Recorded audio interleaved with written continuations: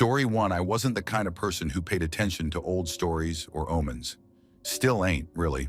But there's one thing I saw back in 2019 when I was living out near Kobar, and I haven't said much about it. Not properly, because when I try, I get that same cold feeling in my chest I had that day. I'd moved out there after losing my job in Sydney. Needed to clear my head, get away from people, noise, all of it. I took a caretaker job on a mostly abandoned sheep station about 50 k's out of town. The place was half falling down, but it had running water, a generator, and a decent view of the ridges. I liked it well enough. That winter was brutal. The drought had the soil cracked like pottery, and the damn flies were worse than usual. You'd find emus collapsed out by dry riverbeds, kangaroo carcasses stuck in dried-up dams, their legs locked in mid-stride, like they were still trying to get away from something. One afternoon, I decided to hike out past the boundary fence, just to see what was left of a stock route I'd found on an old map in the shed. It was maybe 4 p.m. when I set off, sun still high but already starting to bleed orange. I had my pack, water, a cheap old field camera I'd found in a drawer, and a good pair of boots. I walked maybe 2 hours, didn't see a single living thing except a lone wedge-tailed eagle circling low. Then just as I came over this low ridge, I saw it, a kangaroo, big one, easily a red male. It was maybe 20 meters off, standing dead still, facing me. That wasn't what stopped me though. What stopped me was its face. It was white. Not albino, just the face. But it wasn't even all white. It looked like a skull. That's the best way I can explain it. Like the fur had been bleached into the shape of a skull, forehead, nose bridge, cheeks, dead white, and then darker fur around the eyes and jaw. Like it had sunk its face into something, pulled it out, and left a perfect print of a skull. It didn't move. I stood there, blinked, looked again. I thought maybe it had dipped its head into dried clay, but that didn't make sense. The markings were too clean, symmetrical. I even muttered to myself, must be mud or something. I took a few steps forward, quietly, slowly. It didn't flinch, just stared. Then I felt this weird thing, like a memory, but not mine.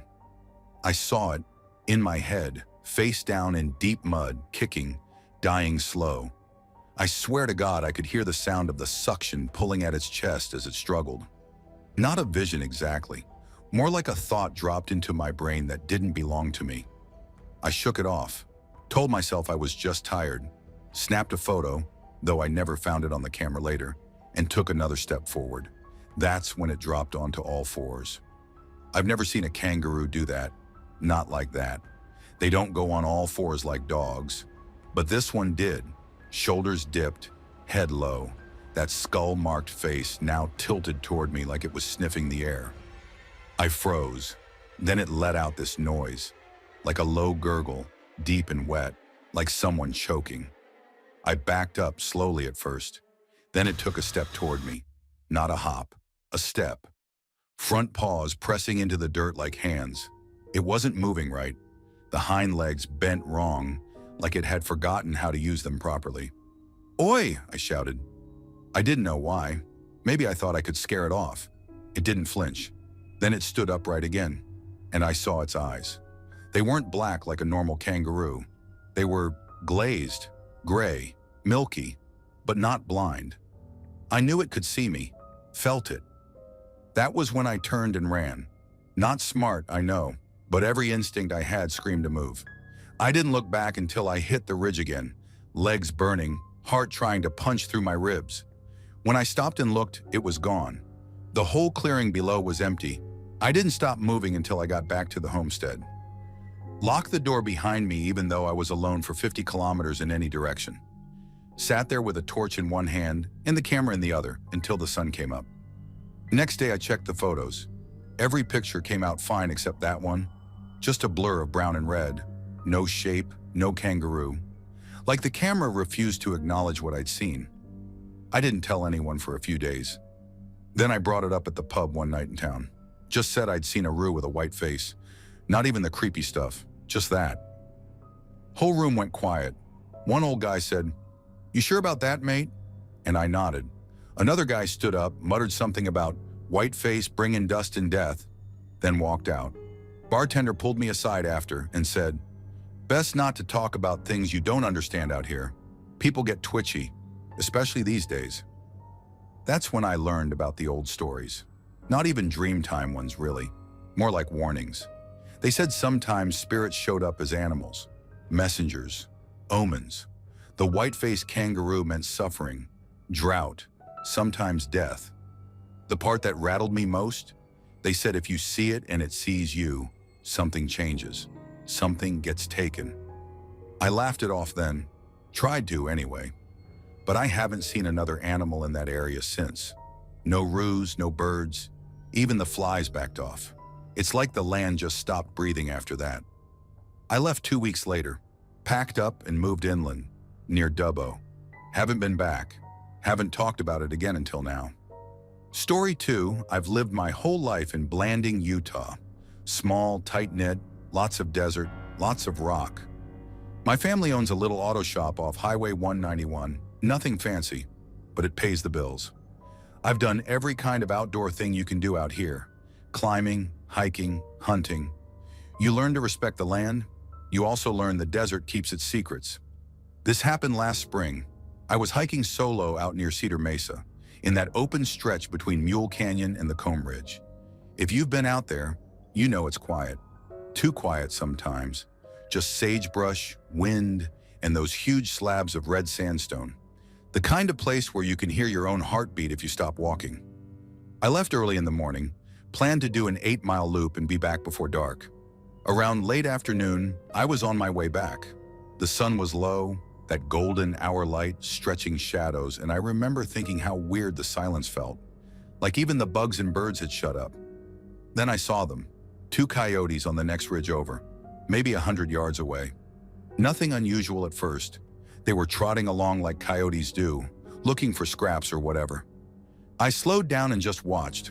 Then one of them stopped, real sudden. The other kept going, but this one turned its head, like it had heard something.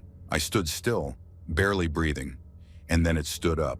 Not like perched up a bit or reared back. No, I mean it stood up, full on its hind legs, straight spine, shoulders relaxed, arms, not front legs, hanging down at its sides. I remember thinking, that's not how anything should move. I didn't move. I just stared. It turned its head toward me. I swear to God, it looked at me. And not in the way animals look at you when they're trying to figure out what you are. No, this was different. Like it already knew. Like it was thinking. I didn't know what to do.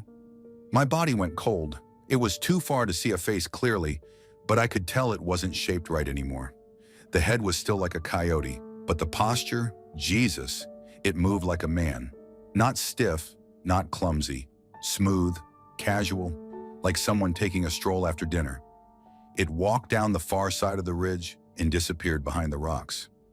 I stood there for maybe 5 full minutes, completely still. My mouth was dry, my skin felt tight, like every hair was standing on end. I didn't even realize I was holding my breath until I gasped. I should have left then. I wanted to leave, but the trail back ran right toward the ridge it had disappeared behind. I had no choice but to walk that way. Every step felt wrong. I kept looking behind me, to the sides, scanning for movement. When I finally made it past that ridge and nothing jumped out at me, I practically sprinted the last 2 miles back to my truck. Didn't stop, didn't drink water, nothing. Just got in, locked the doors, and drove. I didn't sleep that night. Couldn't. Every time I closed my eyes, I saw it standing there, watching, not curious, not scared, just aware, like it was waiting for something, like it knew me. Next day, I called my uncle, who used to work in Navajo Nation law enforcement. He's seen some weird shit. I didn't even finish explaining before he cut me off. "You need to forget that," he said. "Don't talk about it. Don't go back there." I asked him what he thought it was, and he didn't answer for a long time. When he finally did, he just said, "They're not supposed to walk like us. When they do, you leave them alone." That was it. I haven't been back to that ridge. I won't. Story 3. I'm not the type to go around talking about supernatural crap. I'm 29 now, living in Boise, Idaho, and working a boring desk job in property management. Nothing weird has ever really happened to me before or since, but there's one night I still think about. One night that doesn't fit anywhere in my understanding of how the world works. This happened when I was 19, back when I was in college. My roommate Evan and I were weirdos. Not in a bad way, just insomniac nerds who liked walking around town when it was dead quiet. We weren't drinking or high or anything. We just liked the emptiness, like the city belonged to us for a few hours. So it's like 2 a.m. on a Thursday. We were wandering around downtown, somewhere near that old bar with the rusted fire escape. We're walking past this bakery that always smelled like cinnamon rolls, and I stop. There's something in the gutter. A cat. It was dead, very obviously dead. Calico. White body, big brown patch on the side, and a splash of orange on its face. Rigor had set in. The thing looked stiff as a board, and its head was cocked at a strange angle like it had been hit hard. There was this slick smear of something dark under its skull. Blood, oil, whatever. I remember Evan saying, "That thing's fresh. Probably got clipped tonight." We didn't touch it, just kind of looked at it for a few seconds and kept walking. We hit the park, hung out on the swings, talked about dumb stuff, video games some girl Evan liked. I remember it was cold but not freezing, just one of those dry, hollow nights where every sound feels like it's been vacuum sealed. On the way back, maybe 45 minutes later, a car passed us and lit up the street. That's when we saw it, a cat crossing the road up ahead. It wasn't just a cat, it was the cat. Same colors, same pattern, even that weird blotch on the face. It moved slowly across the road and disappeared into a shadow between two buildings. I remember Evan stopping dead and saying, "No fucking way." We both walked faster, not quite running, and got to the spot where we'd seen the dead cat. It was gone, but the greasy smear on the concrete, still there. No blood trail, no tire marks, nothing. Just that dark smear and an empty gutter. We tried to come up with a rational explanation. Maybe someone moved it. Maybe it wasn't dead. Maybe we imagined it. But both of us had seen it. We knew it had been dead, and that should have been the end of it. Just a weird night, something creepy to tell people for fun. But the cat came back. It started popping up in places it shouldn't have been. Once, Evan swore it was sitting on the stairs outside our dorm at 3 a.m., staring at him when he came back from a party. Another time, it darted across the quad in broad daylight, always just far enough away that we couldn't get a good look, but close enough to see the same calico markings. It started to feel like a joke, or maybe we were just messing with each other without admitting it. But then our RA left us a note saying she needed to speak with us.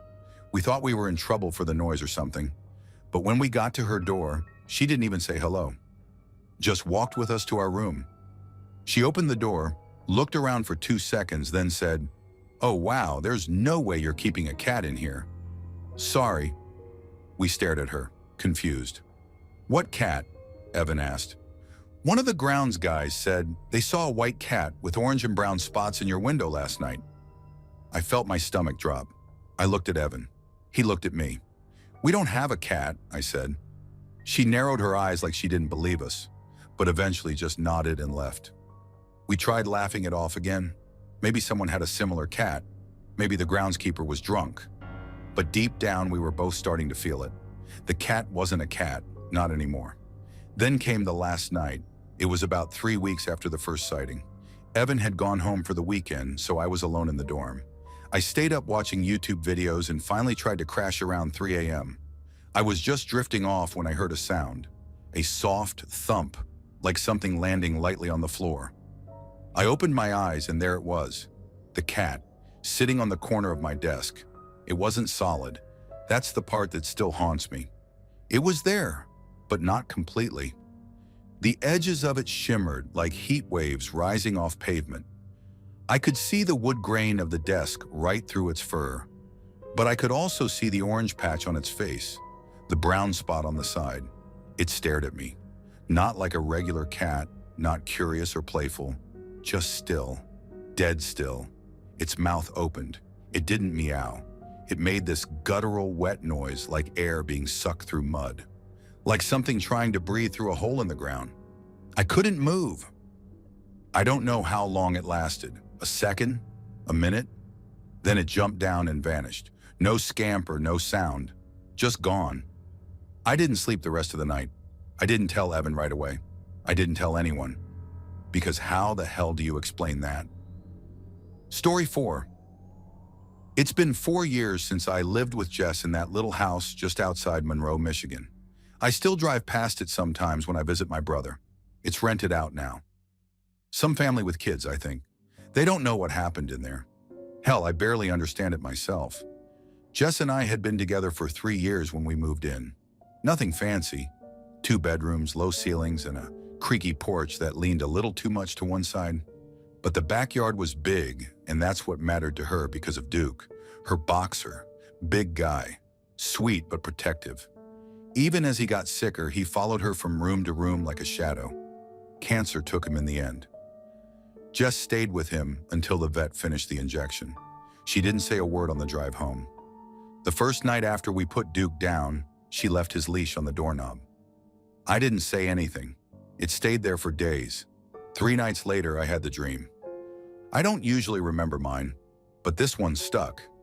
In the dream, I was in the kitchen pouring coffee, and Duke trotted in like nothing had ever happened. He didn't look sick. His coat was shiny again, his eyes clear.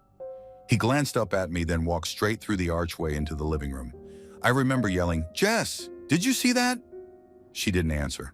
I turned and saw her staring at me like I was crazy. I woke up sweating. My chest felt tight. My mouth was dry. "Are you okay?" Jess mumbled, half asleep. I didn't answer. I just stared at the ceiling until the sun came up. The second time was worse.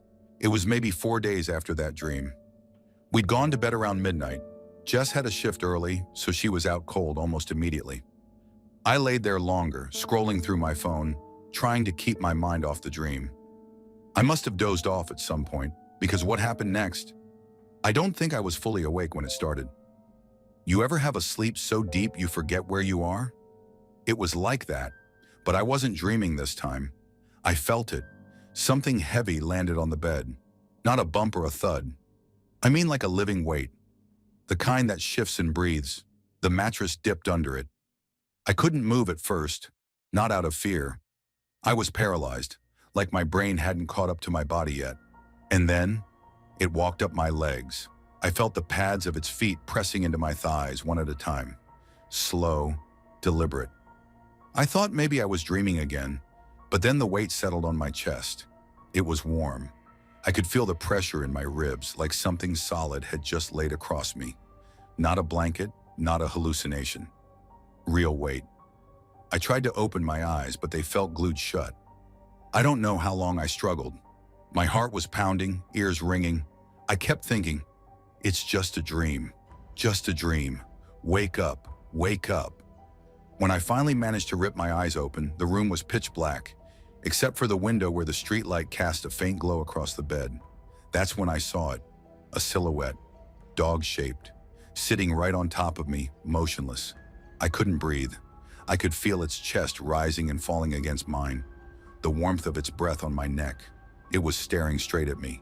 I could see the outline of the ears, the snout, the arched back. It was Duke, but not exactly. Something was wrong. The shape was familiar, but the stillness wasn't. He didn't move like a dog. He didn't twitch. He didn't blink. He just sat there, pressing into my chest like he was holding me down. I tried to call Jess, but no sound came out. My lips moved, nothing else. Then slowly, so slowly, the silhouette began to fade, like smoke dispersing in water. First the head, then the torso, until the weight lifted all at once, like someone had yanked it straight off me. The bed bounced lightly. The room was dead silent. I bolted upright. Jess didn't stir. Her breathing was steady, completely undisturbed. I looked at the foot of the bed. Nothing. I reached over and turned on the lamp. Still nothing. But the bed, the indentation on the blanket, it was still there. Shaped like something had just gotten up. I stared at it for a long time. Didn't touch it. Eventually, I lay back down. but I didn't sleep again that night. Neither did I the next. Jess asked me that morning if something was wrong. I told her I'd had a nightmare. She offered to make coffee and kiss me on the cheek. She didn't see the bags under my eyes. Or maybe she did and didn't ask. I never told her what really happened. What could I even say? A few weeks later, we moved out. Not because of what I saw. We were already planning to move closer to her new job in Toledo. But I didn't argue when she suggested leaving early. I was done with that house. Done with that room. Story 5. I never liked the woods behind my place. I didn't grow up in the country.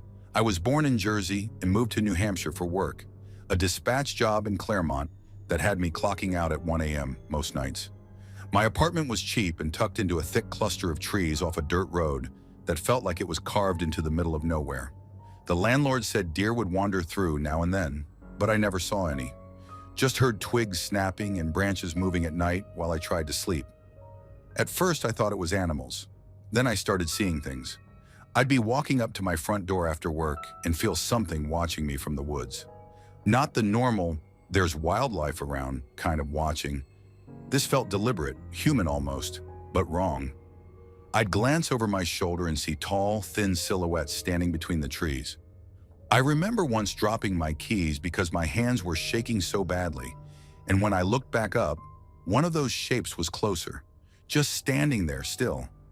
No face, no eyes, just a shadow shaped like a person. I told myself it was the dark playing tricks. Lack of sleep. Maybe someone lurking around trying to scare me. It got so bad I'd sit in the car with the doors locked for 5 minutes before I could force myself out and sprint to the porch.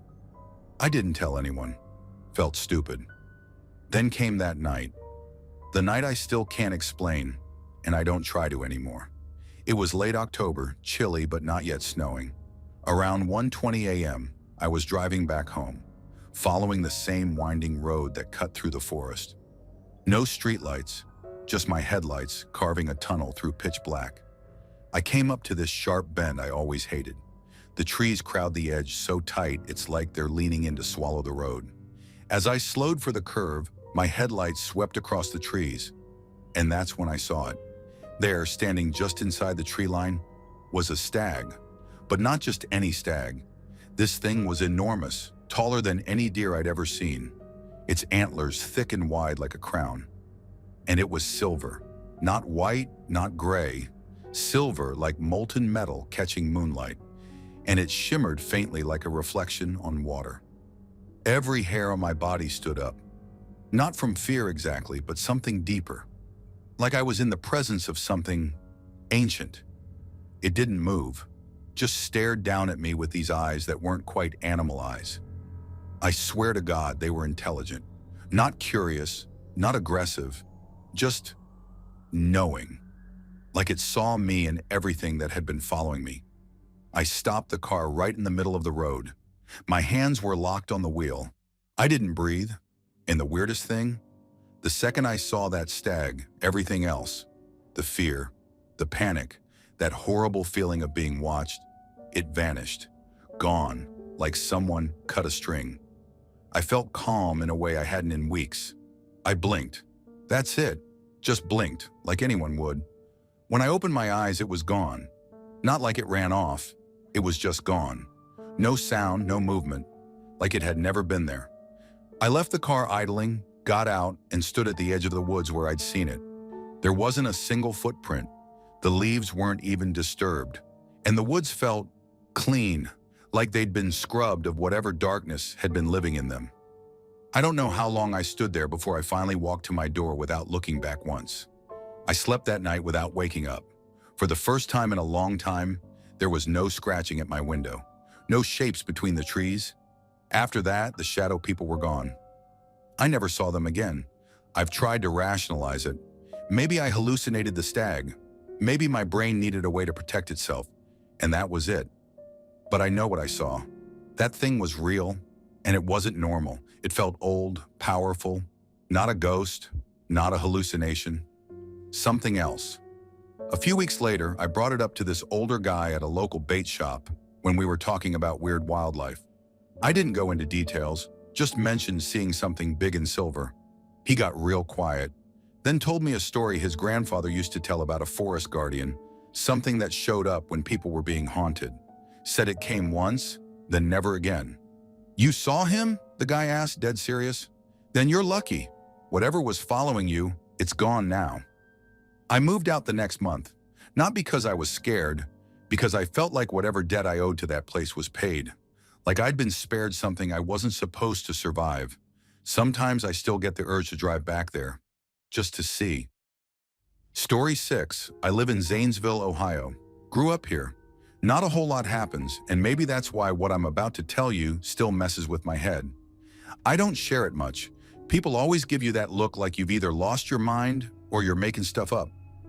But I swear to God, this happened. I wasn't alone either. There were 5 of us. We all saw the same thing. None of us talk about it anymore. We were 16 back then, all of us. It was early July and hot, the kind of thick summer heat that never fully goes away, even at night. My buddy Seth's family had this small camper parked at a private campground in southern Ohio, somewhere near Chillicothe. Real quiet spot. You had to drive about 20 minutes down a gravel road just to get in. That night we were just messing around. Played cards, roasted hot dogs, snuck a few beers from Seth's dad's cooler. Around 11 p.m., someone got the idea to sneak down to the pool at the front of the campground. It was locked, but we figured we could hop the fence and swim for a bit. No big deal. So we start walking. The road runs through a thick patch of woods before it opens up near the pool area. No streetlights or anything, just our flashlights. It was dark as hell. I was up front with Seth, and we're just talking about stupid stuff, when Seth suddenly stops and puts his arm out in front of me. Dude, what is that? I looked where he was pointing. About 60, maybe 70 yards up the road, something moved. At first I thought it was a big dog, but then it came out into the open stretch of the road, and we all froze. It was a cat, a big one, like mountain lion big, solid black. You could see the shape of the tail, long and dragging low.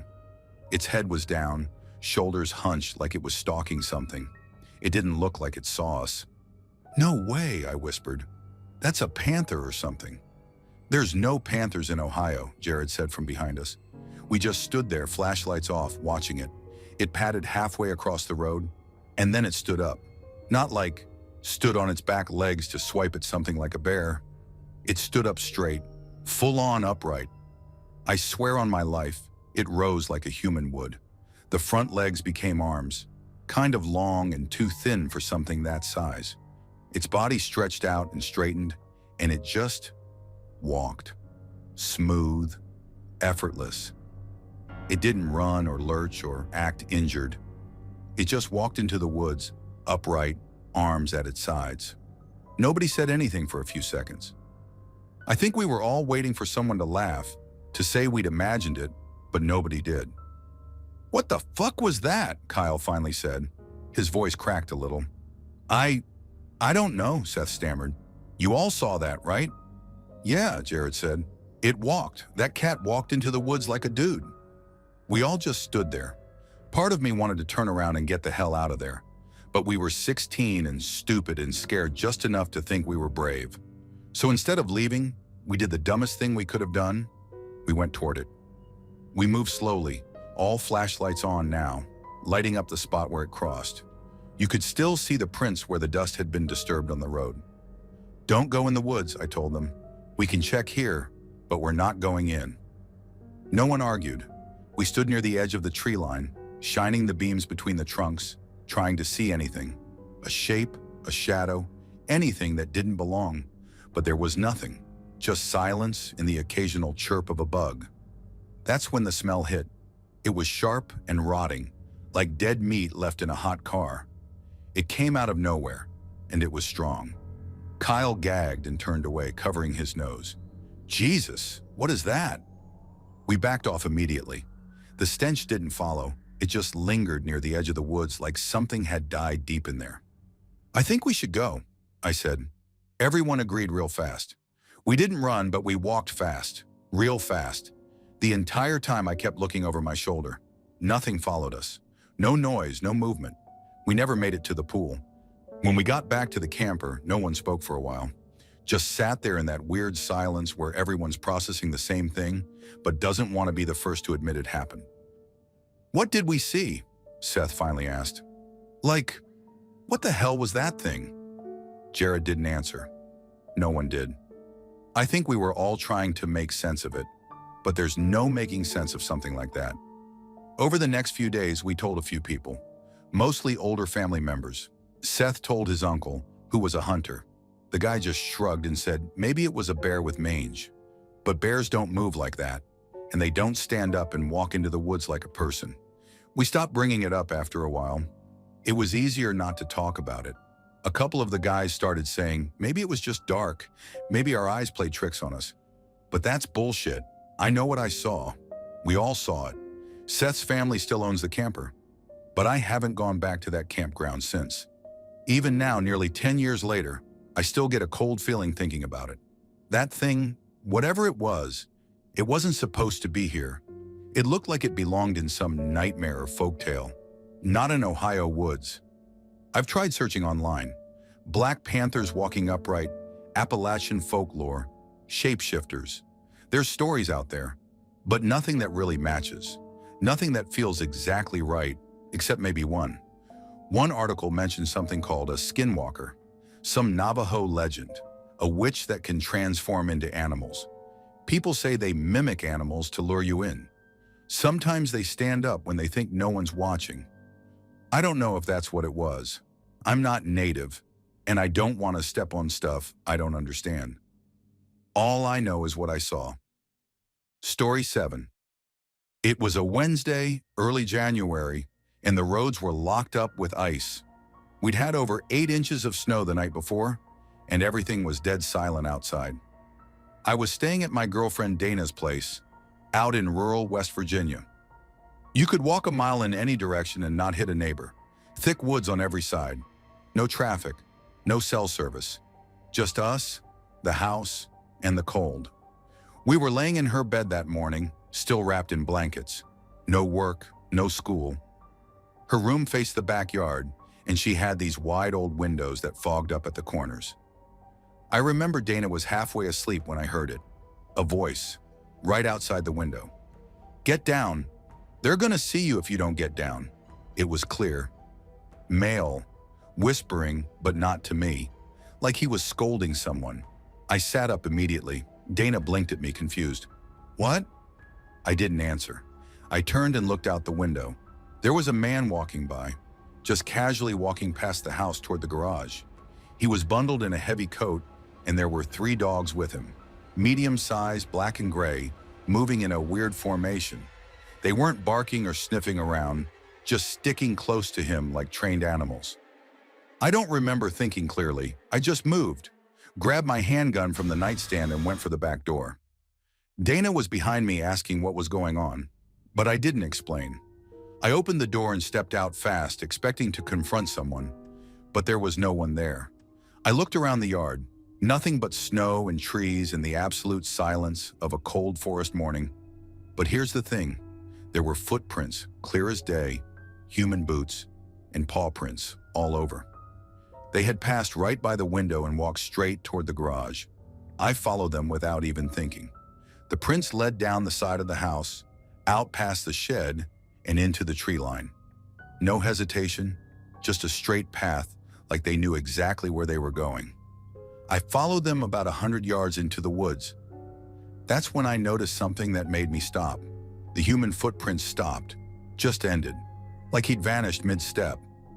But the dog prints, they kept going, not just in one direction either. They scattered. I crouched down to look closer. The snow was fresh, untouched except for this trail. The man's prints went up to that point, then nothing. Just paw prints, continuing on deeper into the trees. No broken branches, no signs of struggle, just gone. I stood there for maybe 30 seconds, trying to make sense of it. Then something caught my eye to the left. More paw prints, but these weren't connected to the trail I'd followed. These ones were coming toward the house, from deeper in the forest. They curved in and led back the same way I had just walked, like a separate set, maybe a second group. I followed them cautiously, and about 25 yards from the house, human footprints appeared in the snow. Again, out of nowhere, just started suddenly, like whoever it was had appeared there. Same boot tread, same stride, but no origin. I followed them toward the front of the house, thinking maybe they'd exited that way. But once again, they just stopped. Dead. No path leading out, no tire tracks, no animal tracks, just silence. I circled the house 3 times. I checked every outbuilding, every door. No sign of anyone. Dana met me at the back step, shivering in her robe. What happened? Who was out there? I didn't answer right away. I walked her over to the window where we'd been laying. The prints were still there, clear as day. A man and 3 dogs walking right past us. I pointed. That's who was out there. She looked. I watched her face shift from confused to disturbed. I heard him talk, I said. He said, "Get down. They're gonna see you if you don't get down." To who? She asked. I didn't know. That afternoon we tried to track the prints again, but snow started falling heavy around noon and wiped everything out. Whatever happened that morning was gone, like it had never occurred. But I couldn't stop thinking about it, because here's the part that really shook me. Those dogs weren't normal. The way they moved, they didn't sniff or wander or act like dogs. They walked like they were part of him, like shadows, not animals. And when I followed the trail into the woods and saw the man's prints disappear, it wasn't like he ran or jumped or was picked up. It was like he stopped existing. Same for where the second set began near the house. Just a sudden presence, as if something had come from the forest in the shape of a man and left again in the form of something else. Dana's place already gave me a weird feeling, but after that morning, I stopped staying the night. I'd still come by, but not after dark. Something about that house and those woods didn't feel empty anymore. Story 8. I'm not sure if this is going to make sense to anyone, but I swear on my life, it happened exactly the way I'm about to tell you. My name's Dylan. I live in a studio apartment just outside of Philadelphia, near Germantown. It's an old building, 1920s, creaky floors, radiator heat, thin walls. I moved in 2 years ago because the rent was cheap and I didn't have many options. I work night shifts doing building maintenance at a university, so I sleep during the day most of the time. That's probably what started all this. Sleep paralysis had been hitting me on and off since college. Usually nothing serious, just waking up frozen, unable to move, heart pounding, the usual. But starting last summer, every time I had one of those episodes, I began seeing a cat in my room. I don't own a cat. At first I figured my brain was just filling in the blanks while I was in that weird half-sleep state. The cat never did anything threatening. It was always just there, scratching the edge of my bed, licking its paw on the windowsill, walking across my chest and curling up beside me. Just a plain black cat. No collar, no glowing eyes or anything cliche like that. But what got me wasn't what it did. It was the fact that it kept showing up every single time. Same cat, same movements, same look at me, right before everything snapped back to normal. One time I thought, okay, maybe it's just a loop my brain's stuck in, like a visual echo. But then came the night that ruined everything. It was around 4 a.m. I'd just gotten off work and was too tired to shower, so I crashed fully dressed on top of my blanket. I remember waking up, or thinking I did, and not being able to move. I was on my back staring at the ceiling. My eyes burned from how dry they felt, like I hadn't blinked in hours. And then I heard it, the sound of claws dragging across wood. Slowly, deliberately. It was coming from the nightstand to my right. I tried to turn my head, but of course I couldn't. I already knew what I'd see. That damn cat. I could hear it now. Low little grunts and the soft thump of its body jumping up onto the nightstand. I shifted my eyes as far as they could go to the right. It was him, sitting there, tail twitching, eyes locked on me. That part wasn't new, but this time, it felt different. He wasn't grooming himself or ignoring me like he usually did. He was staring, motionless, ears stiff, like he was listening for something, or someone. And then slowly, he turned his head toward the closet door.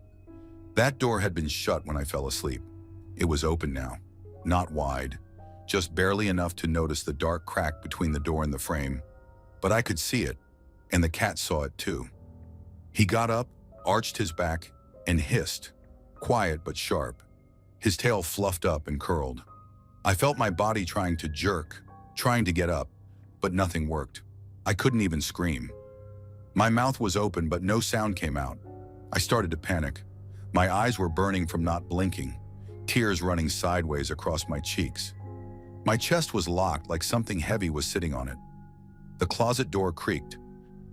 Only a few inches, but I heard it. I swear to God, something moved inside. A shift, a scrape, like long fingernails dragging against wood. The cat hissed again, louder this time, and jumped off the nightstand. But instead of running away, he walked to the foot of my bed and just stood there, watching the closet. Then the worst part. Something stepped out. It didn't walk. It sort of unfolded, like it had been crouched or hanging and had to uncoil itself. It was tall, wrong-looking, too thin, and its arms were too long. No detail, just shadow. I couldn't make out a face, but I knew it was staring straight at me. I couldn't breathe. Not like metaphorically. I mean, I literally could not draw air. It felt like drowning in dry air, if that makes any sense. My body was on fire from the inside. My eyes, my lungs, my spine. Everything just locked. The cat didn't move. Then, without warning, the thing leaned over me, slow, like it was testing me, and hovered inches from my face. I could hear it breathing, slow, dry, almost rattling. Like it didn't have lungs, just hollow tubes inside. I could feel its breath on my face, and the cat let out the most blood-curdling scream I've ever heard. Not a hiss, not a meow. A full-on shriek like a dying animal. It charged forward and jumped through the shadow thing. Right then, I jolted awake. I shot up, gasping like I'd been held underwater. My shirt was soaked in sweat. My muscles were sore like I'd been seizing. I stumbled out of bed and just stood there, staring at the closet door. It was closed again. No wind, no draft, no cat. But here's the thing that still keeps me up now. Months later, there were claw marks, 5 fresh, deep ones etched across the wood of my nightstand. Diagonal, clean, like something had just sharpened its nails there. I don't sleep in that bed anymore. I moved my mattress to the living room floor, away from the closet. It's stupid, I know that. But I haven't seen the cat since that night. Not once. Story 9. People laugh when I bring it up now, but I swear I didn't imagine what I saw. And my mom, who's usually pretty level-headed, backs it up, though she won't talk about it unless she's had a few drinks. I grew up hearing the story from her. We live out in the South. Small town, nothing much around but cattle fences, long stretches of road and houses spaced out like someone dropped them from a helicopter at random. Mom was raised even farther out in the country, in this one-level house her parents built near a dried-up creek bed. Her dad was in the Army, gone most of the year. Her mom took care of the house and raised 3 daughters, my mom being the middle one. They had goats and chickens and a couple of dogs that barked at every damn shadow. And then there were the cats. 2 of them, both barn cats that hung around for scraps and kept the mice down. One was this big gray, long-haired thing, scraggly and mean as hell. My mom's youngest sister, Carrie, was obsessed with that cat, even though it hated being touched. It had this stumpy tail, well, not really stumpy, just missing the last couple inches, like it had been chopped off. Anyway, one day the cat disappears. Carrie's in pieces over it, cries herself sick. They looked everywhere, under the porch, in the barn, out by the woods behind the house. But it was gone. That wasn't weird in itself. Country cats go missing all the time. Hawks, coyotes, or they just wander off and never come back. But then this thing happens. The thing my mom still can't explain. She said it was about a week after the cat vanished. She was doing dishes at the sink around sunset, the kind of light that makes everything look soft and a little off, when she caught something moving in the backyard. There was a man walking across the field. She said that was the first thing that hit her, how wrong it looked. Nobody walked across their land. The house sat way off the road, and they didn't have neighbors close enough to wander over. Plus, you didn't just walk through someone's backyard out there. People had guns. Trespassing wasn't a joke. She called out for her mom but didn't take her eyes off the man. He was tall and real thin, like bony thin, and wore a coat that looked too heavy for how warm it was. But the part that made her stomach drop? He was carrying the cat, the gray one. The same damn cat they'd buried 2 days earlier after the dogs dragged something up from the woods. They hadn't told Carrie, just told her the cat must have run off. But Mom had helped dig the hole. She'd seen what the dogs had dragged up. It was rotting and the head was crushed, but it had that same long gray fur and the tip of the tail was gone. Yet here it was, dangling from the man's arms. She said it wasn't limp either. It was twitching, like it was alive. She screamed for her mom again and backed away from the window. Her mom, my grandma, came running in, saw how pale she was and didn't even ask. She just followed her outside. But the man was gone, completely gone. There was nothing but flat yard and the chicken coop and the rusted swing set. Not even a sound. And my grandma was the type to start yelling at anyone who even looked like they were thinking of trespassing. She stormed out past the coop and into the edge of the woods, but nothing. No man, no footprints, no cat. My mom swore there was no way he could have run out of sight in the time it took for her and Grandma to get outside. It wasn't like he ducked behind a tree or something. The yard was wide open, flat, no cover.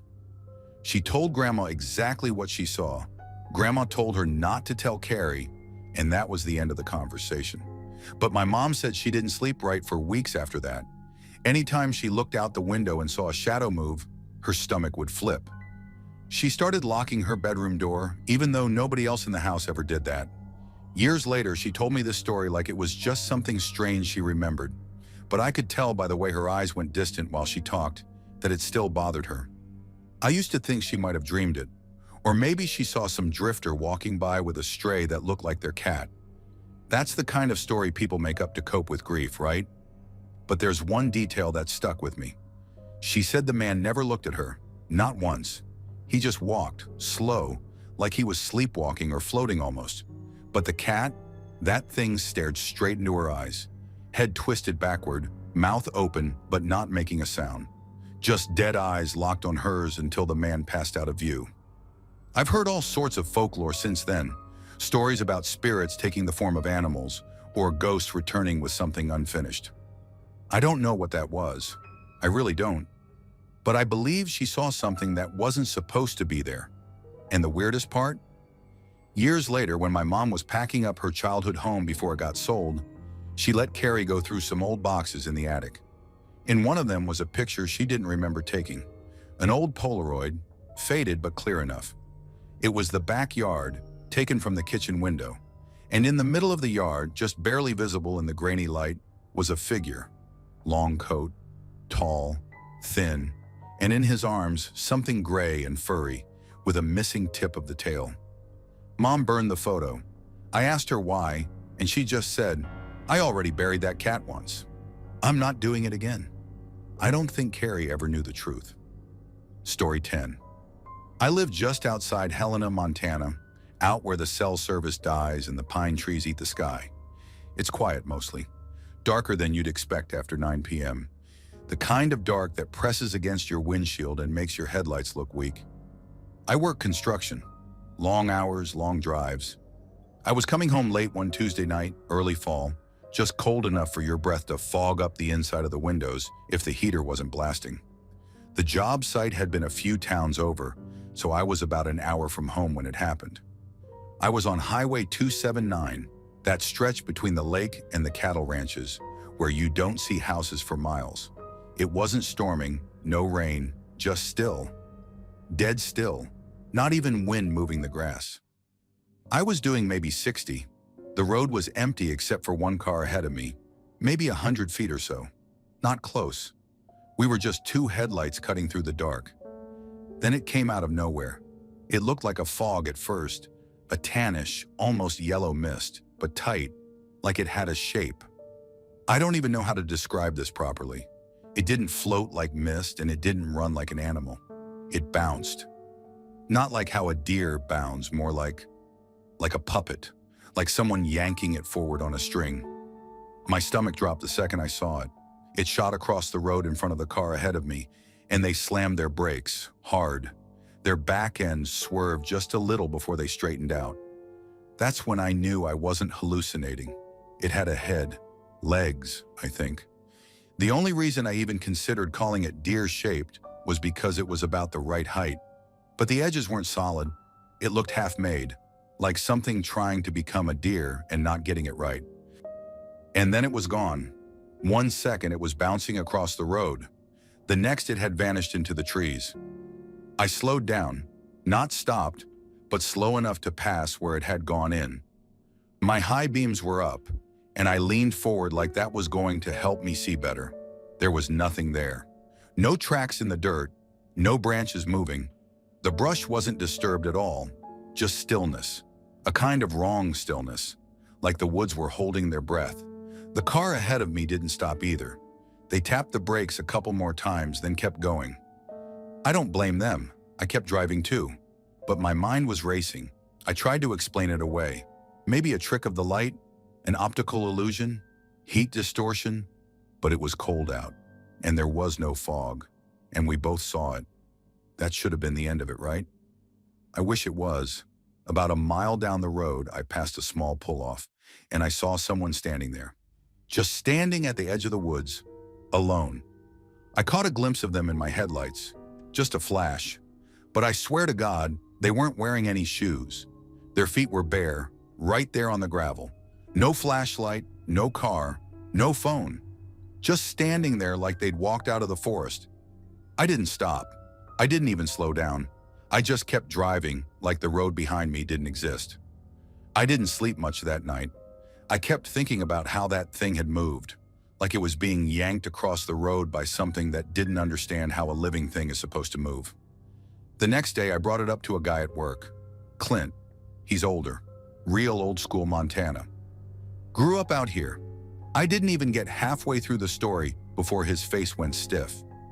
He said, "You ever hear of the Akari?" I hadn't.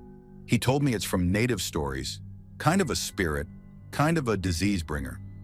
Usually shows up as a child or an animal, not quite right in shape. Always pale, always sudden. I laughed it off, said something like, "So I saw a spooky ghost deer, and now I'm cursed?" But he didn't laugh. He just said, "Don't mock it. If it showed itself to you, you were supposed to see it." I didn't respond to that. The next few nights, I kept my lights on in the house. I started locking the bedroom door, even though I live alone. I'd wake up to sounds, tapping on the window like tiny rocks. But every time I got up to check, there was nothing. It never came back. Not that thing. But something changed in the air around here. It's like whatever that was didn't want to be seen. Like we caught it in the act of, I don't know what.